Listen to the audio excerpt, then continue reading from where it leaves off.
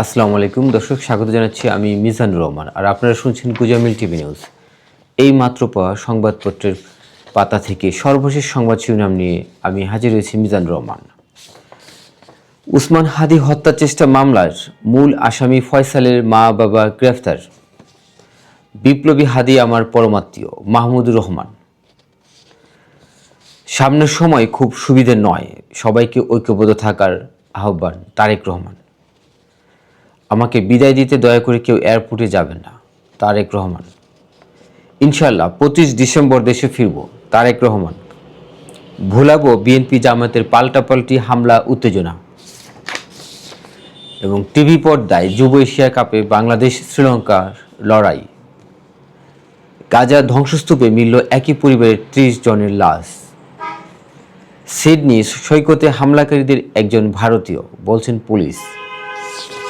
দর্শক, এই ছিল এখনকার মতো সর্বশেষ প্রধান দৈনিকের আলোকে সর্বশেষ সংবাদ শিরোনাম। আশা করছি চ্যানেলটিকে সাবস্ক্রাইব করে আমাদের সাথেই থাকবেন। ধন্যবাদ সবাইকে।